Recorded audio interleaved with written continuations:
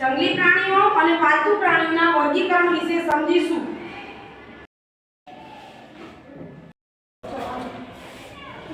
આ કયું પ્રાણી જંગલી પ્રાણી છે કે પાલતુ?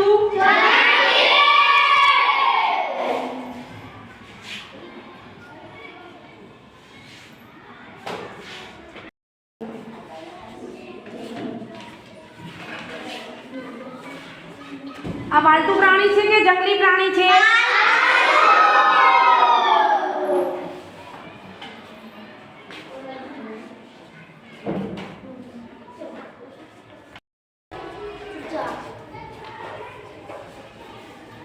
આ કયું પ્રાણી છે પાલતુ કે જંગલી?